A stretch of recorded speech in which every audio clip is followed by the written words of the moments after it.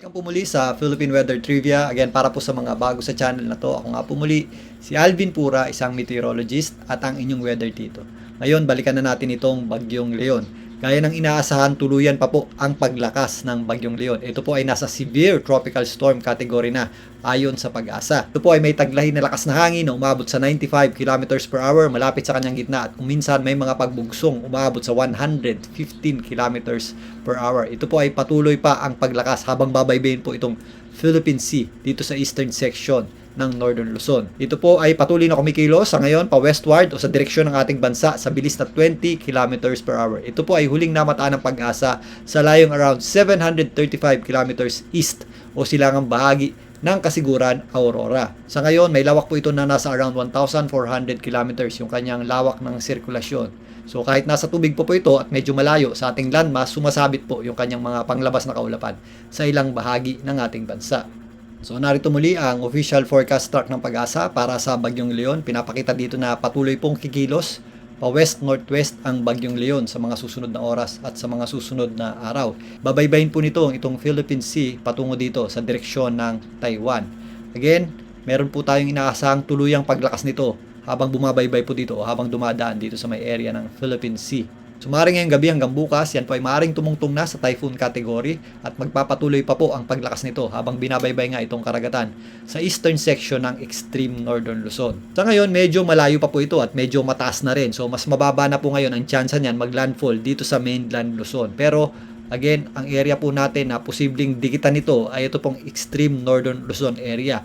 Dahil po sa lawak din ng kaulapan nito, habang nandito po yan sa may eastern section ng Northern Luzon, sasabit din po yung kanyang panglabas na kaulapan sa malaking bahagi ng ating bansa. At again, ito pong kulay dilaw yung ating at least 89 kilometers per hour na lakas ng hangin o yung ating at least tropical storm winds ay sasabit po dito sa extreme Northern Luzon kasama po dyan ang ilang bahagi ng Central Luzon. So ang critical times natin sa pagdikit nitong Bagyong Leon ay mula bukas hanggang sa darating na Wednesday. Habang binabaybay po niyan, ito pong eastern section ng Northern Luzon at extreme Northern Luzon. Ito po yung kanyang closest approach o pinakamalapit sa ating landmass or kalupaan. So again, ito po yung tinatawag nating cone of probability o circle of uncertainty. So if ever sumayad man yan or dumikit na pinakamalapit sa ating landmass or kalupaan, dito na po yan sa extreme Northern Luzon. Nakalabas na po itong Northern Luzon o yung ating malaking bahagi ng mainland Luzon dito sa ating cone of probability o circle of uncertainty. Pero habang bumababa pa po yan, mas madadagdagan pa po ang direct effect niyan sa ating bansa. Maliban dyan, meron din po yung hinihilang southwesterly wind flow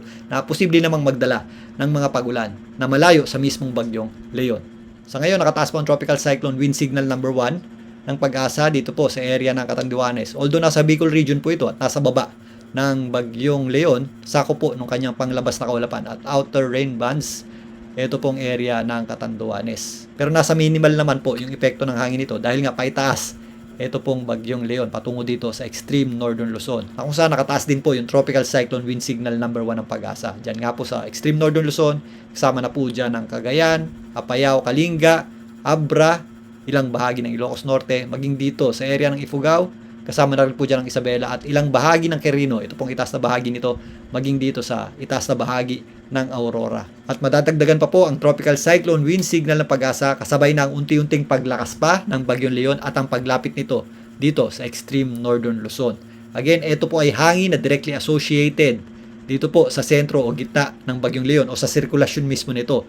Pero halos buong bansa po ay nakakaranas ng breezy hanggang gusty conditions o bumubugsong hangin. Umabot pa po yan hanggang sa area ng Mindanao. Wala pong tropical cyclone wind signal dyan sa mga area na yan pero again, mag-ingat pa rin po tayo dahil po yan doon sa southwesterly wind flow na hangin na hinihila ng Bagyong Leon. Sa kasalukuyan, relatively maliwalas po ang panahon natin dito po sa area ng Mindanao maliban lang sa mga posibleng isolated o localized pagulan at thunderstorms na kadalasang nangyayari tuwing hapon at gabi. Meron din tayong mga posibleng scattered o kalat-kalat na pagulan dito po sa ilang areas ng Western Visayas, kasama na po dyan ang Palawan at Mindoro. Pero generally, sumisilip naman po dyan ang ating araw. Ito pong ilang parts ng Eastern Visayas, ito pong Samar area, ay sumasabit po yung panglabas na kaulapan. Ito pong Bagyong Leon. Medyo mas maulap po ang panahon natin dyan. Ganun din po dito po sa areas ng Bicol region, kasama na po dyan ang Quezon, maging dito sa ilang parts ng Aurora at ilang area ng Cagayan. Kung saan possible din po yung mga scattered o kalat-kalat na pagulan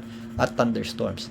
Sa ngayon nga, nasa dagat pa ang gitna o sentro nito pong Bagyong Leon. Kasabay na ang unti-unting paglakas niyan, mas magiging compact pa o mas magiging siksik yung kanyang sirkulasyon. Mamayang gabi, posible na pong sumayad. Ito pong panglabas na kaulapan ng Bagyong Leon dito po sa ilang bahagi ng Northern Luzon, dyan po sa may area ng Cagayan at Isabela.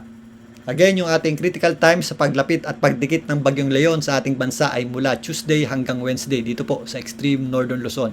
Sa darating na Wednesday, mas malapit na po yan dito sa extreme Northern Luzon. So, apektado po ng kanyang mga kaulapan at mga malalakas na pagulan na may kasamang pabugso-bugsong hangin. Ito pong general area ng extreme Northern Luzon. Sasabit din po dyan, ito pong areas ng Ilocos Norte, Abra, Payao, Kalinga, kasama na po dyan ng Ifugao, maging dito sa area ng Cagayan at area ng Isabela. Mas malawak na rin po ang indirect effect ng Bagyong Leon sa ating bansa sa darating na Wednesday. So magiging maula po ang panahon natin dito po sa western section ng Luzon at western section ng Visayas. Kasama rin po dyan ang mga posibleng scattered at kalat-kalat na pagulan na may kasama rin pong thunderstorms. So yan po ang general area ng Zambales, Bataan, kasama na po dyan ang Metro Manila. Ito pong western section ng Calabarzon, ang area ng Cavite at Batangas, maging dito sa area ng Mindoro at malaking bahagi ng Palawan. Posible rin po yung ating mga kalat-kalat na pagulan dito sa western section ng Visayas, lalong-lalo na dito sa isla ng Panay, kasama na po dyan ang Negros Islands. Meron din po tayong mga posibleng scattered o kalat-kalat na pagulan sa natitirang bahagi ng Visayas, maging dito sa ilang bahagi ng Bicol Region, kasama na rin po dyan ang natitirang bahagi ng Calabarzon. Again, ito po ay sa darating na Wednesday. Maliban dyan, kung mapapansin nyo, meron po itong inflow ng hangin o yung ating tinatawag ang southwesterly wind flow. Ito pong areas ng Central Luzon, Metro Manila, kasama na rin po dyan itong Mimaropa area at western section ng Visayas or maging ang malaking bahagi ng Visayas. Kasama na rin po dyan itong hilagang bahagi ng Mindanao ay nakakaranas po ng malalakas na hangin na rin na medyo malayo po sa mismong Bagyong Leon. Again, ang mga areas po na yan ay wala pong tropical cyclone wind signal pero nakakaranas po ng malakas na hangin kaya doble ingat pa rin po tayo.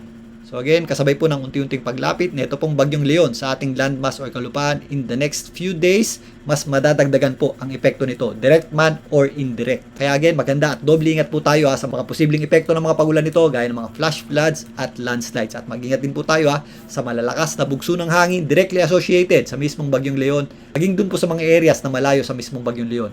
Dulot naman ng ating southwesterly wind flow. Mamaya tabayanan po muli ang ating update para dito sa Bagyong Leon. Muli, ito po ang inyong Weather Tito para sa Philippine Weather Trivia.